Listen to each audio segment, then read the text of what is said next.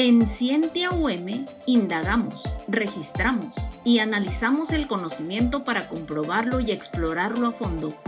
Observamos, descubrimos y compartimos los secretos de la ciencia y la tecnología contigo. Bienvenidos a Scientia UM. ¿Qué tal, amigos? Estamos una vez más aquí en nuestro programa Scientia UM. Estamos muy contentos. Me acompaña mi amiga y colega, la doctora Rosalba Sáenz. Muchas gracias, Rosy. Gracias, doctor, por la invitación. Hoy tenemos algo muy especial. Nos hemos preparado, hemos invitado a un par de doctoras y hoy tenemos en Scientia UM un diálogo interdisciplinario poco común. Tan poco común que normalmente tenemos a una invitada o invitado y hoy tenemos a dos. Aunque es poco común, es profundamente necesario la psiquiatría y el arte, conversando entre ellos a través de la investigación. Nos acompañan entonces la doctora Liz Hernández, especialista en psiquiatría, y la doctora Lilian Rojas, psicóloga, artista e investigadora, entre otras cosas. La doctora Liz ha desarrollado su práctica en el campo de la salud mental, abordando especialmente temas relacionados con el bienestar psicológico, la ansiedad y la depresión en población universitaria. La doctora Lilian ha trabajado desde el arte como medio de expresión, explorando cómo los procesos creativos pueden convertirse en herramientas de autoconocimiento y transformación emocional. Juntas desarrollaron una investigación sumamente interesante que hoy estaremos compartiendo con ustedes, titulada Efectos de la fotografía como herramienta terapéutica en la percepción de bienestar psicológico en estudiantes universitarios. Bienvenidas, doctoras. Muchas gracias. Gracias. Muy bien, una cosa que hacemos aquí es tutear a los doctores, si no les incomoda. Para nada. Así que pues yo soy Andrés, Rosy, Lilian, Liz. Entonces te lanzo la primera pregunta, Liz. Sí. ¿Cómo nace en ti el interés por integrar herramientas artísticas dentro de una disciplina tan clínica como es la psiquiatría? Sabe que, en primer lugar, el interés de investigar el arte, sinceramente, no nació principalmente en mí, sino que nació en mis alumnos. En ellos tenían esta inquietud del arte como terapia y se acercaron a mí y dije, ok, está bien, perfecto. Sobre la psiquiatría, sí, puede ser bastante clínico. Y muchas personas pueden llegar a pensar cuando escuchan la palabra psiquiatra en medicamentos o enfermos mentales graves, cuando en realidad la psiquiatría incluye bienestar emocional, propósito en la vida, algún proyecto de vida en el cual apoyar y acompañar a mis pacientes. Y ahora, doctora Lilian, desde el arte, ¿cuándo comenzó a ver la fotografía no solo como estética, sino como una herramienta terapéutica? Bueno, el primer acercamiento de la foto como terapia lo tuve en un tiempo que viví en Estados Unidos, donde pude conocer gente que trabajaba con poblaciones vulnerables y podía ayudar, con adolescentes de poblaciones vulnerables, lograban un efecto tan asombroso de rescatarlos de las adicciones, rescatarlos de malas decisiones de vida, que yo me quedé asombrada. Yo tenía ya la licenciatura en artes visuales, ya había estudiado la maestría en relaciones familiares y me interesaba unir ambas áreas, pero cuando vi eso, de verdad me quedé asombrada, porque es algo muy rápido como se puede trabajar a través de la fotografía. Y pasaron años hasta que después del doctorado me comencé a especializar en neurociencia y distintas artes, expresiones artísticas, porque en realidad es un paraguas que tiene 18 maneras de poder hacer arte terapia. Y dentro de eso hay 2 que tienen que ver con la foto como terapia. Una, por ejemplo, es que lo que nosotros utilizamos en este estudio fue que ellos hicieran la foto, pero hay otra manera de hacer arteterapia que es trayendo fotos de sus familiares, de sus amistades y analizándolas desde la psicología y el arte.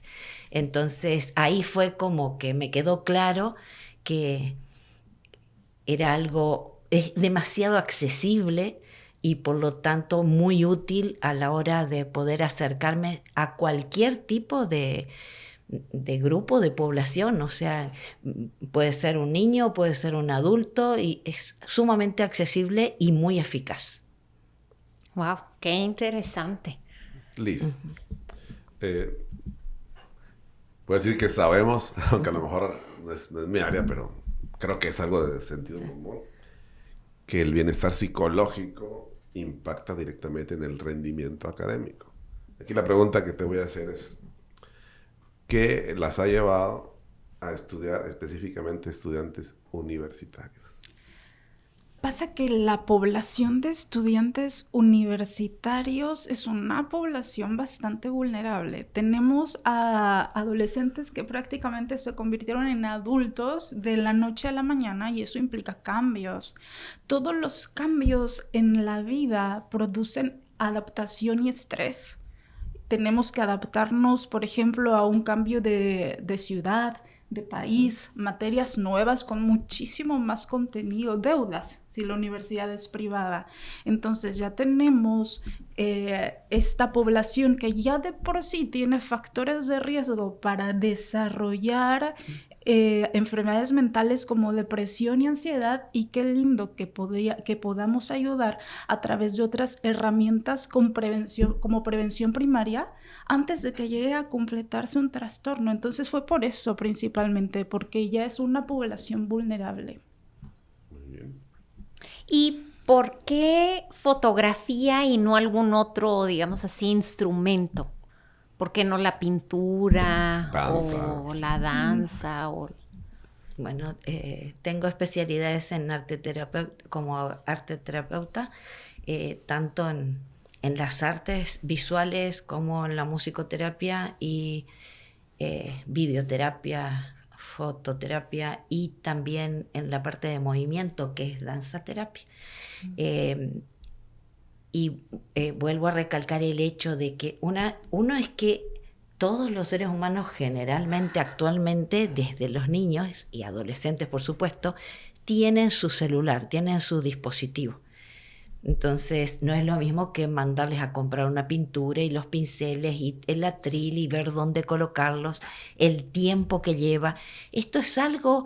Cada uno tiene su celular y con su celular también hice especialidades con fotógrafos que tienen que ver con esto, ¿no? Especializarme en la psicología de la fotografía.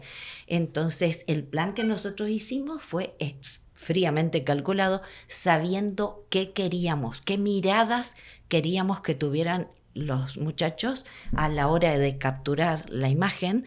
Le dimos tareas y ellos cumplían con esas tareas, pero nosotros sabíamos qué ocurría en su cerebro mientras ellos hacían ese tipo de fotografías, ¿no? En el caso de cualquiera de las otras, son 18 opciones dentro de la arteterapia, hubieran sido más lentos los procesos, sí o sí. Más lentos. Costosos. Sí, complejos, costosos y mucho más lentos. Tendríamos que haber estado años o muchos meses, y en como terapia es una cosa, salen una vez a sacar una foto y cuando volvieron no son lo mismo. Literalmente, cada vez que nosotros nos colocamos detrás del obturador ahí, que estamos mirando, cuando nosotros estamos viendo qué es lo que vamos a capturar, literalmente nuestro cerebro dentro nuestro está buscando un equilibrio, un balance, porque tengo que escoger cuál va a ser mi punto de enfoque. Todos esos ejercicios que son como un juego, porque le decimos que disfruten, que jueguen, pero están ocurriendo cosas bien importantes en la mente. Y algunos ejemplos específicos de qué tipo de cosas les pedían a los muchachos que tomaran, qué tipo de fotos. Se dividió en 3 sesiones. En la primera sesión lo que se hizo es pedirles una fotografía de su habitación, que es un espacio más íntimo, más que habla de su personalidad. Uh-huh. La segunda sería una foto de la naturaleza, que es más desconexión, es más relajación y la tercera sesión, era hacer un collage con estas fotos que se habían tomado, porque no fue solo una foto que se les pedía del lugar, sino que fueron 3. Y a la hora de hacer collage, pues se trabajaba en la introspección y reflexión. Wow, qué interesante. Que hay que tener en cuenta que cuando nosotros pedíamos la fotografía del espacio más próximo a ellos, lo que nosotros estábamos desarrollando o facilitando era esa introspección, primero una mirada hacia mí mismo, ¿no? Hacia el yo, pero luego ya era una mirada hacia el otro, es una mirada más de extroversión, mi relación con mi contexto exterior y la cantidad de informaciones que da una imagen, ¿verdad? Si quieres contar, tú tuviste la experiencia en primera persona también. De hecho, yo sí formé parte de los primeros que realizamos estas intervenciones, y con una foto de mi habitación, sí, al momento de realizar la introspección, sí podía haber características en esa foto que me hacían reflexionar en mi manera de dirigirme por el mundo y a decir, vaya, sí, esta soy yo, así soy yo. Es de autoaceptación, autoconocimiento y una reflexión sumamente profunda y a la vez muy divertido porque es algo...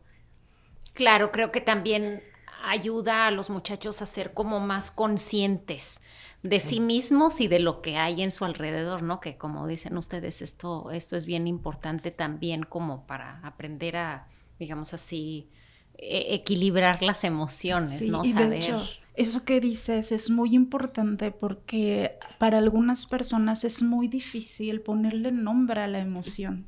Y si no se realiza este ejercicio de introspección de qué es lo que me está pasando o qué estoy sintiendo, si la emoción puede ser dolorosa o molesta, es mucho más complicado procesarla. Además, en la fotografía salen cosas que la persona no es consciente. Es grandioso porque es un darse cuenta, que se llama en psicología gestáltica. Uno mismo se asombra por decir, yo enfoqué en este ángulo, en esta dirección, en cuánta distancia de proximidad, porque no se le decía más que traigan los elementos que a ellos le interesaban, con los que se identificaban dentro de su habitación. 3 fotografías, no había muchas instrucciones, tiene que ser totalmente libre. Y en esa libertad la persona ejerce su libertad y el acercamiento que hace, el alejamiento, si se coloca arriba, si es de abajo, si es de la derecha, si es de la izquierda. La psicología del arte ya tiene claro qué significa cada cosa. Muy bien. Hablemos de la metodología, porque un estudio, voy a usar esta palabra, mejor eso no la uso, iba a decir tan extraño a mí, o tan distante, de pronto es como, oye, ¿qué metodología se usa con un estudio como este, no? ¿Será cualitativo, será cuantitativo? Entonces, en su artículo, ustedes dicen que es un estudio cuasi experimental, sí, con un grupo de control, un grupo experimental, y usaron la escala de bienestar psicológico de Riff, ¿verdad? Pregunto, ¿por qué eligieron ese modelo y no otro como el modelo hedónico del bienestar? Sí, pasa que el modelo de Riff es mucho más amplio y nuestro objetivo no era medir únicamente el bienestar momentáneo, temporal, ni que la persona conteste sí, no o un poco, sino que evaluar otras áreas de la vida que influyen precisamente en el bienestar psicológico, como son proyecto de vida, autonomía. Entonces, por eso precisamente elegimos esa escala. Es muy interesante el tema del bienestar psicológico, porque resulta que todo bienestar psicológico finalmente es subjetivo. Uh-huh. Eso es algo asombroso. Cuando uno lo entiende, le ayuda a salir adelante en distintas circunstancias. En realidad siempre va a ser subjetivo. Así es. Yo ahora me siento así, ahora creo esto, tanto en una escala como podría ser en la otra escala o en el otro sistema que ustedes mencionan. La gran diferencia entre RIF y entre el modelo hedonista es que el modelo hedonista se basa o pone atención exclusivamente en lo que le causa placer o felicidad a la persona y no toma en cuenta o deja de lado las emociones negativas. Y o sea, aquí hay que aclarar algo. Hasta hace unos años se hablaban de emociones negativas y positivas, pero actualmente ya no está más esa diferencia. Entonces, el de RIF es profundo, es realmente importante, es otro nivel de autoconocimiento para la persona y además toma en cuenta las emociones que se decían positivas y negativas, ambas, porque lo que la ciencia ha llegado a la conclusión es que, por ejemplo, voy cruzando la calle para venir hacia acá, viene un carro rápido, yo quiero cruzar, o estaba cruzando y aparece un carro que no vi, ahí voy a tener una emoción negativa. Las emociones, por empezar, duran microsegundos, pero así, la nada misma. Y la emoción no me enferma. Lo que enferma es, en realidad, el sentimiento, que eso es otro tema, pero no la emoción. Entonces, antes se creía que si yo tenía miedo, ya tenía una emoción negativa.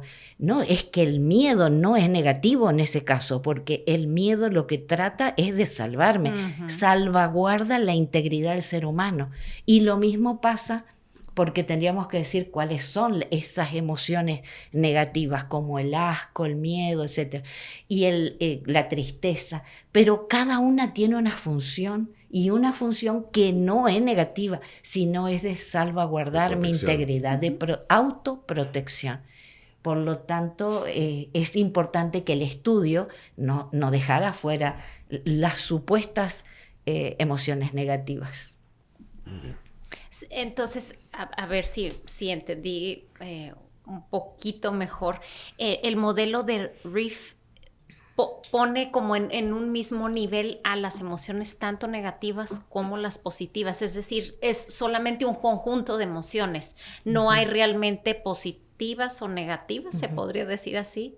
En realidad, emociones positivas y negativas, respondiendo específicamente a esa pregunta, en la actualidad no son descritas así como lo mencionas, sino simplemente como emociones. Porque, vaya, la tristeza a veces es necesaria y no tiene por qué ser mala. Claro. Y es mi manera de reaccionar ante una situación que me lastimó. El enojo también es otra manera válida de reaccionar. Entonces, no se muestra como malo o bueno, sino como neutral. Existen y tengo que vivirlas y saber qué hacer con ellas. Quizás aclara el hecho para nuestra audiencia, y a lo mejor los que nos escuchan son más expertos que nosotros inclusive, pero es válido decir que las emociones que duran microsegundos no son las que nos enferman, sino lo que nosotros tenemos que tener en cuenta es durante el día, llevar un registro durante el día, cuántas veces se repitió esa emoción en mi vida, de esas supuestas negativas. Por ejemplo, que me diga un alumno, me siento triste, profe, bueno, y que lleve el registro. Me levanté a las 6 de la mañana y me sentía triste, y a las 10 estaba triste, y después a las 2 de la tarde estaba triste. Si se repite esa emoción durante el día, va a llegar a convertirse en un sentimiento. Y es el sentimiento el que me va a llevar después a la depresión. Entonces, lo que yo tengo que ver no es que en el momento, por supuesto que voy a reaccionar con la emoción que corresponda a lo que me pasó, pero cuando yo veo que se repite mucho, ahí hay que tratar, hay que ver qué hacer, ¿no? Y hay cosas, hay distintos métodos y también hay tips que se han visto de que dan un resultado tremendo, porque lo que se descubrió es que la última emoción de la noche con la que nosotros nos quedamos dormidos va a ser sí o sí, no hay chance de otra cosa, va a ser la primera emoción de la mañana. Entonces, si durante el día a mí me pasaron cosas tristes, no pasa nada, o sea, está de acuerdo en lo que me ocurrió, el contexto que estoy viviendo, pero lo que yo debo hacer es que la última emoción de la noche, cambiarla, y se puede cambiar. No sé si quieres contar tú o cómo, pero es un tip súper sencillo y gratis, literalmente, que cuando vamos a dormir, si nos pasaron cosas que por supuesto es coherente que estemos tristes o enojados o lo que fuera que ocurriera, al llegar la noche, antes de dormirnos, nosotros tenemos que asegurarnos de hacer el cambio de chip, del cambio de emoción. ¿Y cómo se hace? Muy simple, lo único que se hace es una sonrisa, como una mueca. Nada más que una mueca, y la pueden mantener un ratito y volver a hacerla. Literalmente, antes de dormirse sonriendo. Es increíble. Esto ha salvado, según los estudios que por lo menos me especialicé también en suicidología, y han salvado muchísimas vidas en los últimos tiempos. Porque si uno hace la sonrisa a la noche, por más que te haya pasado una desgracia total, yo lo he usado en duelo, falleció mi mamá, etc. O sea, es una realidad que uno no va a estar contento para ir a una fiesta, pero el hecho de mantener eso, al otro día uno se levanta que aquí no pasó nada y con la energía positiva, todo está bien. Entonces uno puede gestionar y autorregularse las emociones. Hay distintos tips, ¿no? Ese es uno. No sé si quieres agregar algo más de eso. Muchas veces le menciono a mis pacientes que dos pensamientos, por ejemplo, no caben en la misma cabeza. Sí. Si tengo un día o una semana en el cual las cosas no me salieron como planeaba, pues puedo llegar a pensar o a que se forme en mi mente una creencia bastante irracional de no soy capaz, no puedo hacerlo. Entonces es intentar cambiar ese pensamiento que me genera malestar por uno que no me genera tanto malestar, como por ejemplo pensar está bien, salieron mal muchas cosas, pero me seguiré esforzando, pero ya he pasado por cosas antes y he salido adelante. Entonces, siempre recordar eso, redefinir el pensamiento para que no se instale en mi cabeza pensamientos irracionales como no soy suficiente, capaz, inteligente y demás. Y eso lo vimos en el grupo con los chicos y a través de las imágenes. Cuando analizábamos las imágenes, ahí se veía qué creían ellos de sí mismos y a la vez se veía el potencial de ellos. Entonces es remarcar ese potencial, ¿sí? Claro. Lo que dice la doctora Liz Vamos a necesitar muchas sesiones más con las doctoras. Resignificación se llama eso de transformar eso en cambiarle, ¿no? Darle otro significado. Un significado positivo. Ahora, ustedes ya hace un ratito mencionaron que ustedes tuvieron una intervención de 3 sesiones. ¿Cómo es que diseñaron esas sesiones desde el punto de vista terapéutico? Creo que me adelanto en la respuesta. ¿Vos se dividió en 3 precisamente para pensar en la parte introspectiva, quién soy, cómo me define, la parte de la naturaleza, cómo me desenvuelvo en el mundo, y un cierre con un collage. Era así necesario hacer este cierre para tener este ejercicio de reflexión. Entonces se dividió de esa manera. Lo hicimos cada semana. Semanalmente estas sesiones, y en la tercera sesión pues se hizo el cierre. Y pues ella es la experta en artes, así que me imagino que podré explicarles un poquito más en qué consistió cada una de estas sesiones. Sí, en la primera los chicos traían lo que ellos consideraban que les representaba, ¿no? Y nosotros a través de las imágenes, aunque yo no los conocía, los chicos, no los habíamos visto nunca, fueron de varias carreras, ¿no? Yo tengo por aquí, anoté para reconocer, fueron alumnos de psicología, de educación, teología, medicina, artes visuales, arquitectura, diseño de comunicación y medios. Y bueno, o sea, eran... Sí, había representación. La idea era, delante de todos ahí mostrábamos, pero de una manera amena y divertida, qué traían ellos, ¿no? Y aquí se utiliza también la psicología positiva, de que nosotros, la psicología positiva antes en el test, existía el test de fortalezas y debilidades. A los como 15 años después se quitó el test de debilidades y solo se centra en fortalezas, porque a través del tiempo se descubrió que si nosotros le decimos a las personas la debilidad que tiene, la persona es como que se hunde en eso, se queda como trabada o puede sentirse etiquetada, y no hay que etiquetar en ninguna cosa negativa. Porque una vez que uno dice a alguien tú eres así, la gente empieza a comportarse como le dijimos que se ve, ¿no? Y en realidad no es así, estamos todo el tiempo nosotros en crecimiento. Entonces fuimos trabajando así con las fortalezas, recalcábamos mucho lo que veíamos. Ahí yo podía ver las debilidades en las imágenes y no sabía nada de ellos, pero ellos nos hablaban de su proceso, de qué emociones tuvieron, ¿verdad? Al observar la fotografía, ¿qué fue lo que experimenté mientras tomé la fotografía? Todo, ellos nos comentaban eso y entonces tratábamos de enfatizar en lo positivo, y una vez que hablábamos de las fortalezas, ellos se alegraban porque decían, sí, yo soy así y no sé qué. Entonces ahí, si era conveniente, según cómo veía yo el feedback, ahí podía dar algún consejo, alguna recomendación de algo que yo veía que salía ahí como debilidad o como algo sin solucionar, sobre todo algo que ellos no habían solucionado, ¿verdad?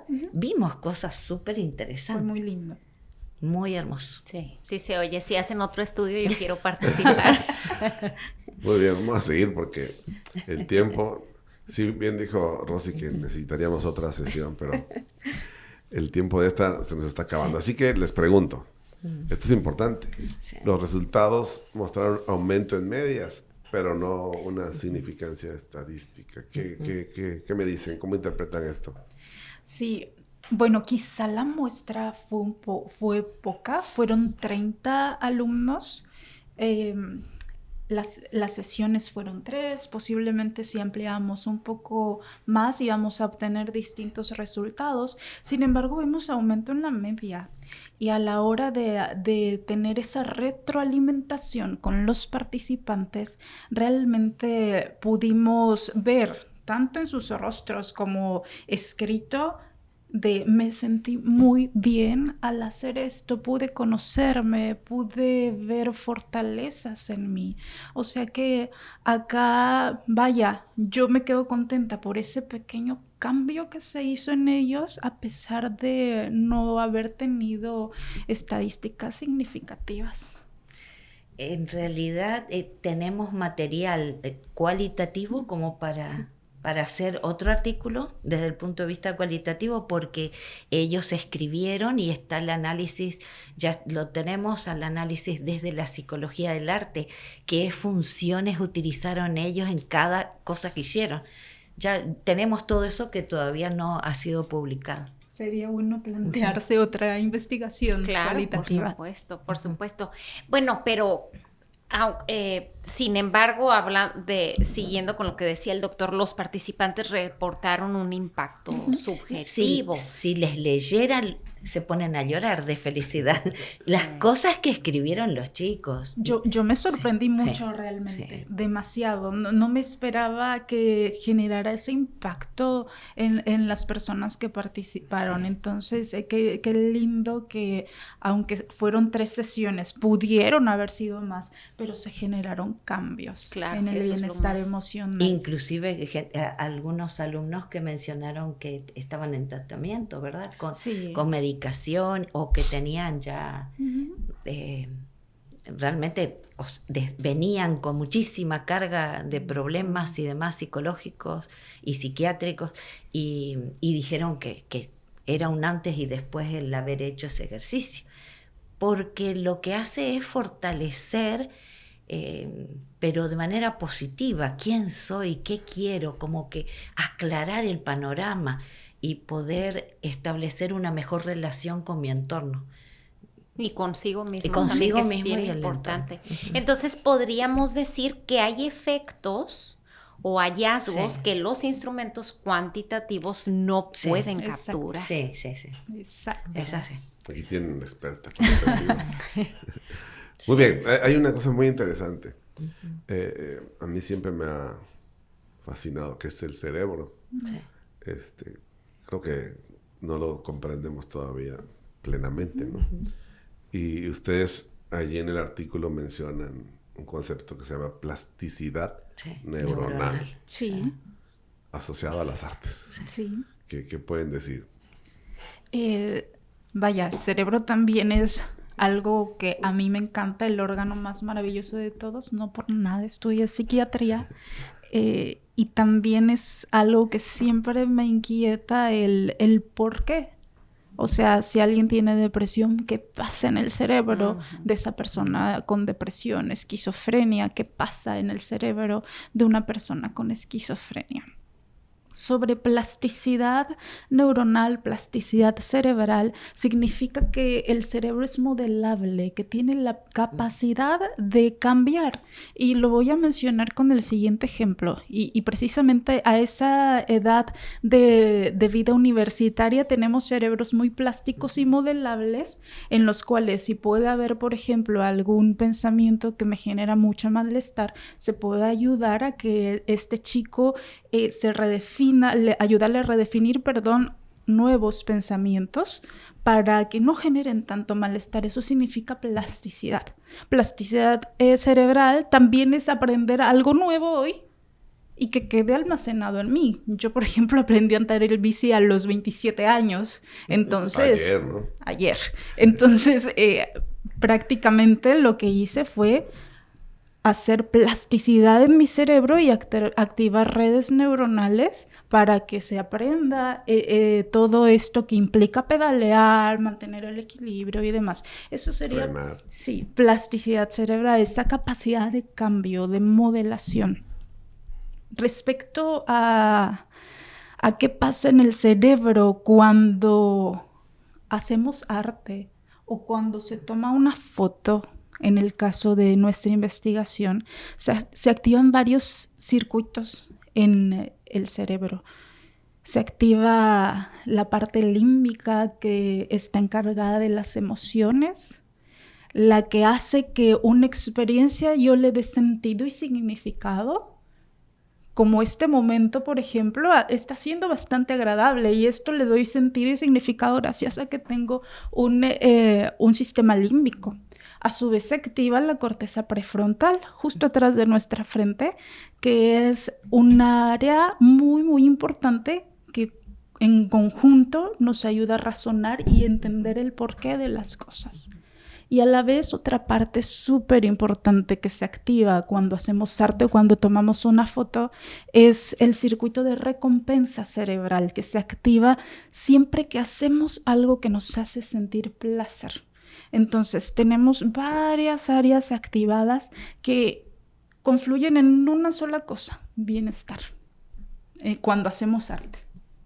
Y hay que tener en cuenta de que, por empezar, el cerebro ya está, en 2014 la Universidad de Toronto pudo comprobar científicamente que el formato de nuestro cerebro viene programado el cerebro para crear arte y para apreciar el arte. Eso dicen los estudios, así que imagínense, si tenemos esas capacidades, los niños, cualquier niño al nacer tiene su cerebro para crear arte y para apreciar el arte. Va a depender del desarrollo, de su contexto, etcétera, que finalmente uno va a elegir una área o el otro, pero todos somos capaces de poder expresarnos artísticamente. A mí estos temas me emocionan demasiado porque hay un texto bíblico que descubrí estudiando hebreo, que ni siquiera hay una parte de Génesis 2:3. Génesis 2:3 nosotros hasta de memoria lo decimos, que Dios descansó en el séptimo día, o el día sábado, y de toda la obra que hizo, ¿verdad? Es un texto que lo conocemos, pero en realidad le falta traducir del hebreo un pedacito que no se tradujo, pero que claro, que los que hablan hebreo, ellos sí lo dicen cuando dicen ese texto. Y lo que falta traducir al griego, al latín y al español y a todos los idiomas, es que al final Dios dice que descansó en el día sábado de toda la obra que hizo, y después señala, porque yo los hice para hacer. Según mis profesores de hebreo dicen que se puede traducir, o yo los hice para hacer, o yo los creé para crear. Y creo que tiene sentido, porque si no en el texto solo habla de Dios, pero no nos involucra a nosotros.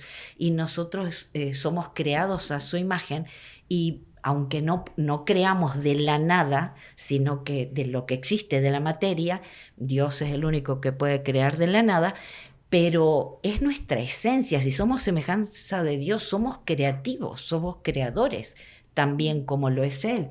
Y cuando estamos incentivando a los chicos a utilizar una herramienta que la usan las 24 horas, ¿no?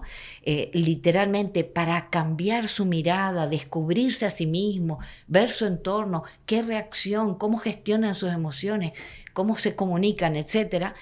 Lo que estamos haciendo es tratando de acrecentar la imagen de Dios en ellos, porque en el momento que ellos están haciendo ese clic que parece una cosa vana, pero no lo es, porque como decía Liz, ellos al colocar su mira y de tomar decisiones, dónde me interesa esto o lo otro, de qué ángulo me interesa, están razonando y también están gozándose en ese ejercicio.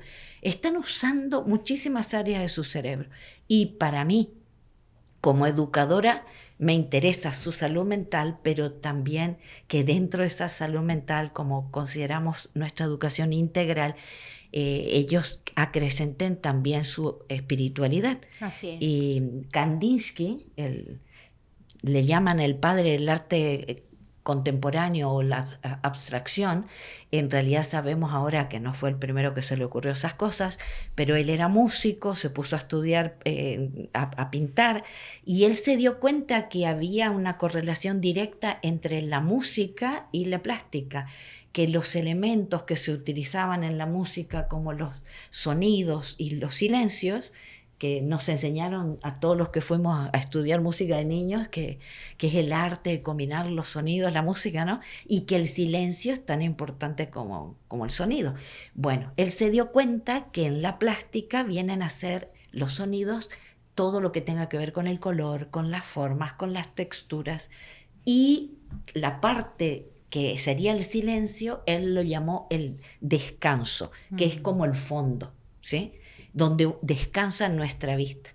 Por eso no podemos alejarnos del arte, porque todos somos visuales, más que todo ahora, ¿no? Nuestra cultura es sumamente visual, y lo bueno es, o lo mejor es, que los acerquemos y que ellos empiecen a entender qué miro y cuán responsable soy de lo que yo veo y lo que yo también produzco. Pero desde lo natural, ¿no? Porque también luego está uno lleno de información que nada más nos bombardea, pero es como reconectar, como decía usted, esta capacidad de crear, pero también creo que muy importante la capacidad de contemplación, ¿no? Porque es la contemplación la que nos lleva a reflexionar sobre la grandeza de Dios y que es sumamente importante como para realmente darnos cuenta, ¿no? Y agradecer desde lo profundo de nuestro corazón, pues esa oportunidad que tenemos de ser llamados hijos de Dios, ¿no? Eso fue el segundo día, cuando ellos salen al exterior, contaban las experiencias, fue una reconexión con la naturaleza y con Dios. Excelente. Tenemos que hacer el cierre. De verdad que creo que tenemos que hacerles una segunda invitación. Sí. Hemos aprendido bastante, yo personalmente así lo considero. Diríamos, como para hacer un cierre, que a veces la ciencia mide lo visible, pero el arte moviliza lo invisible. Y cuando psiquiatría y creatividad se encuentran, no solo investigamos el bienestar, lo cultivamos. Muchísimas gracias por estar con nosotros y muchísimas gracias, Rosy, por estar. Gracias, doctor. Gracias por la invitación. Sí, muchas gracias. Acabas de ver Ciencia UM, una producción del Departamento de Investigación de la Universidad de Montemorelos y UM Radio. Todos los derechos están reservados.